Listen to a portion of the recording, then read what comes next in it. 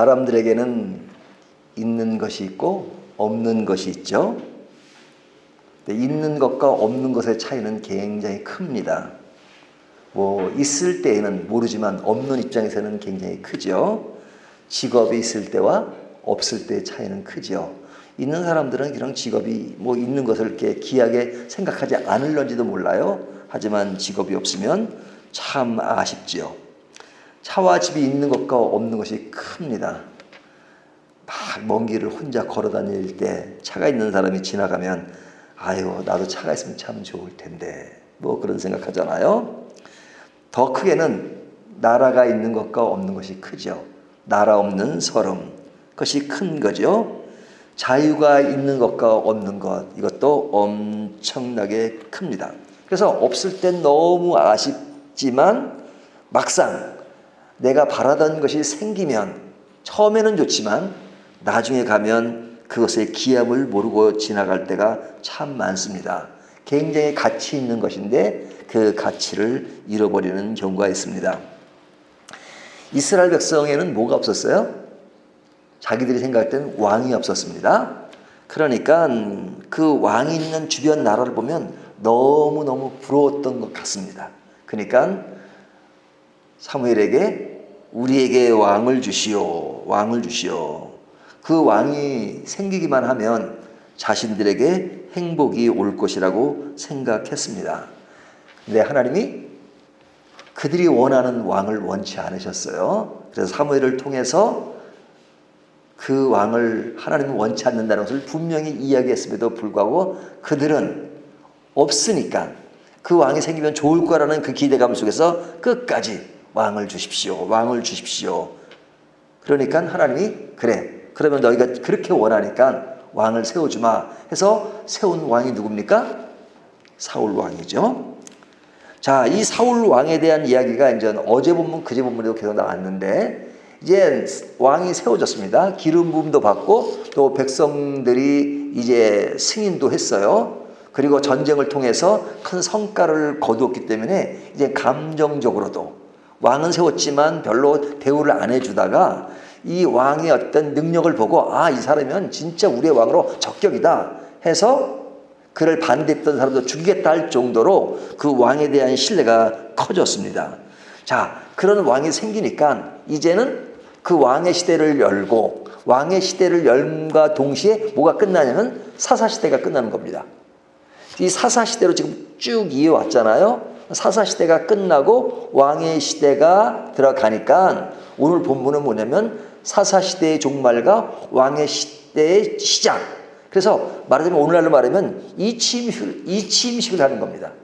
우리가 이제 뭐 장관이 바뀌면 가는 장관, 오는 장관 이치임식을 하잖아요. 그것처럼 오늘 이제 사무엘이 이제 사사를 끝내고 그리고 새로운 왕 사울이 들어오는 그 이치임식을 하는 그런 내용입니다.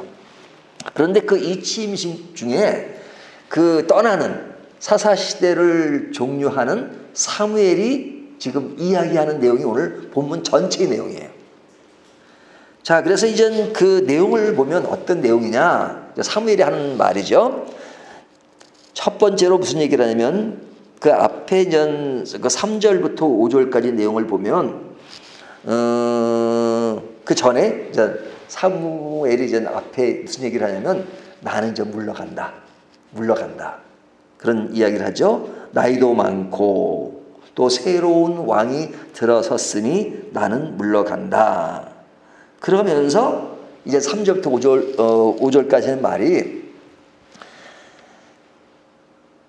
그들이 왕을 세워달라고 할 때 사무엘이 좀 섭섭했죠.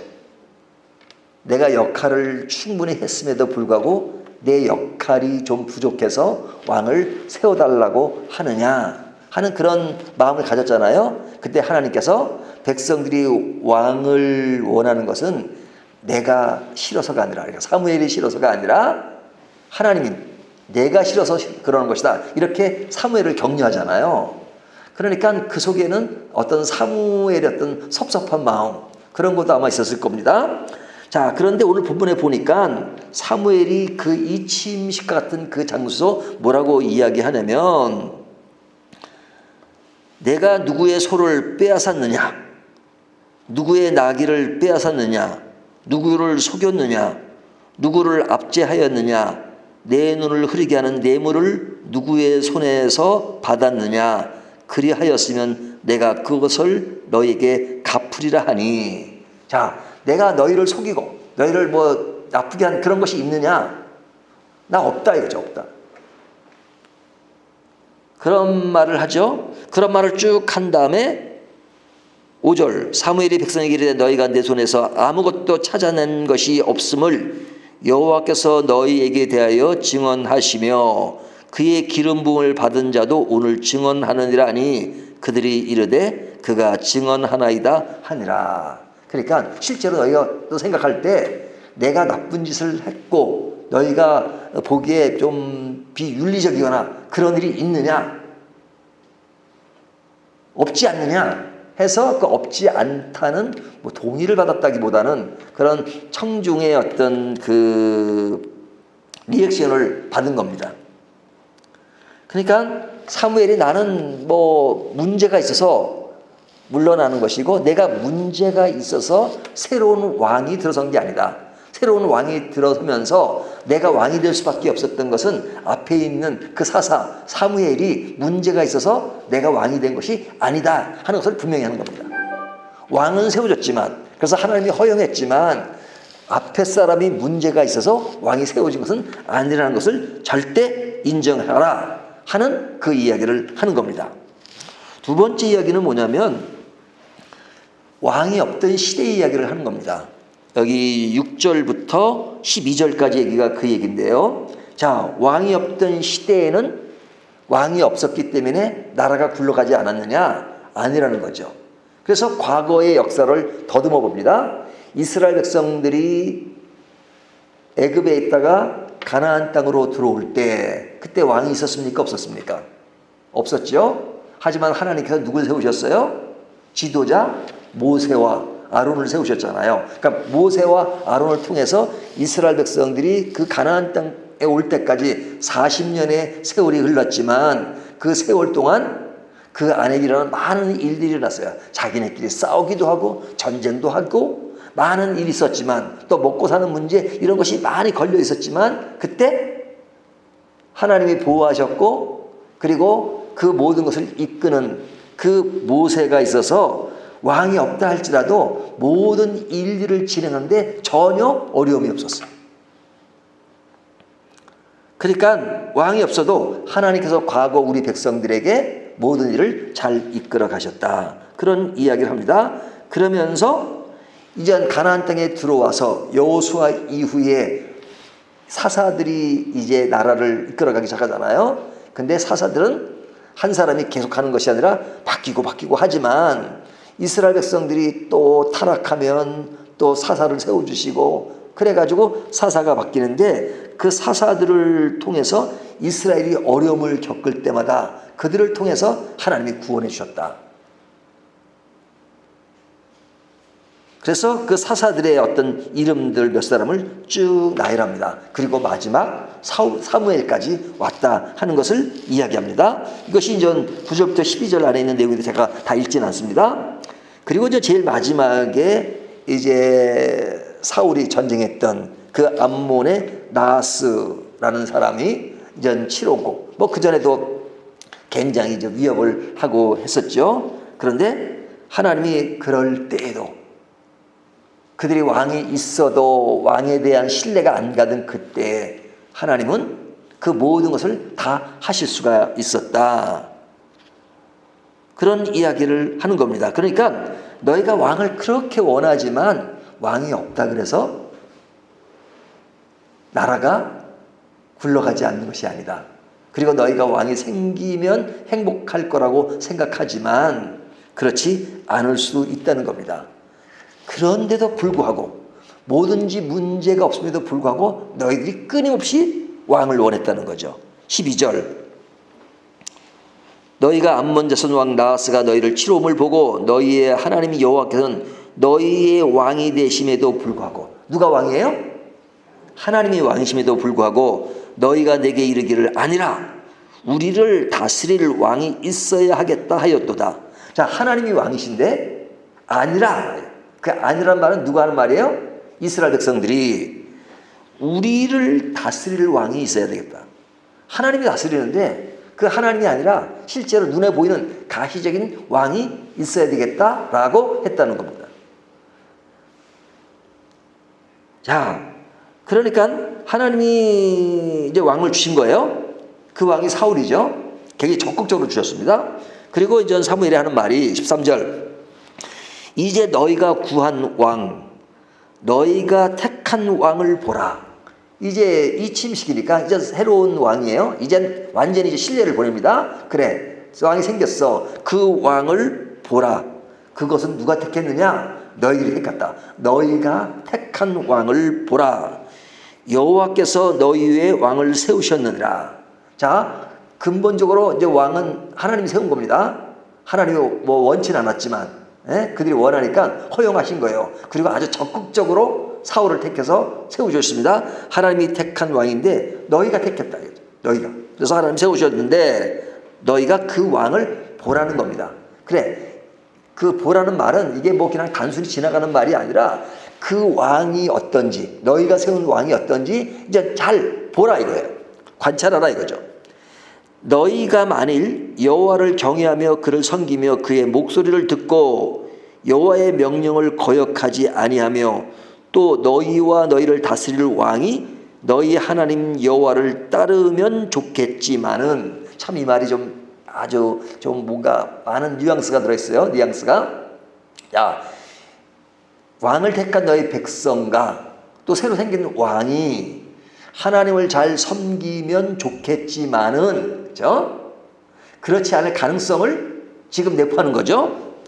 너희가 만일 여호와의 목소리를 듣지 아니하고 여호와의 명령을 거역하면 여호와의 손이 너희의 조상들을 치신 것 같이 너희를 치실 것이라. 자, 이 이야기가 뭡니까? 자, 왕을 세워달라니까 세워줬어. 하지만 왕을 세워줬다고 해서 너희가 생각하는 것처럼 왕으로 다 끝나는 것이 아니라 이거죠. 왕을 세우신 분은 하나님이시고 너희가 됐겠지만, 그리고 모든 통치는 하나님에서 이루어지기 때문에 새로 생긴 왕이든지 또는 백성이든지 모두가 그 왕과 어떤 정치적인 일들을 같이 해나가지만 근본적으로는 누구를 섬겨야 된다? 근본적인 하나님이 왕이시니까 하나님을 섬겨야 된다. 그런데 그 왕으로 인하여 하나님을 섬기는 일에서 멀어지는 것이라면 너희는 그 책임을 너희들이 져야 될 것이다. 이것이 이제 사무엘이 이제 마지막 하는 이야기입니다. 너희들이 세웠으니까 너희들이 좋을 수 있어. 그래, 그래서 세워준 거야 하나님이. 하지만 그 결과에 대해서 너희가 책임져야 돼. 어떤 결과냐? 하나님을 등지면 안 된다. 항상 중심에는 하나님이 계셔야 된다. 그 하나님을 등지면 너희는 벌을 받을 것이다. 너희가 새로운 왕이 생겨서 좋다고 생각할런지 몰라. 그러면 행복이 보장될 수 있다고 생각할지 몰라. 하지만 그 행복이라고 생각하는 그것으로 인하여 하나님을 저버리는 기회라기보다는 그런 상황이 된다면 너희는 도리어 더 안 좋은 것이다 하는 것입니다. 이 이야기가 옛날 당시 이야기지만 오늘날 우리가 이런 일들을 겪을 때가 참 많아요. 예를 들면 뭐가 없을 때는 하나님 주십시오. 근데 하나님이 주셔요.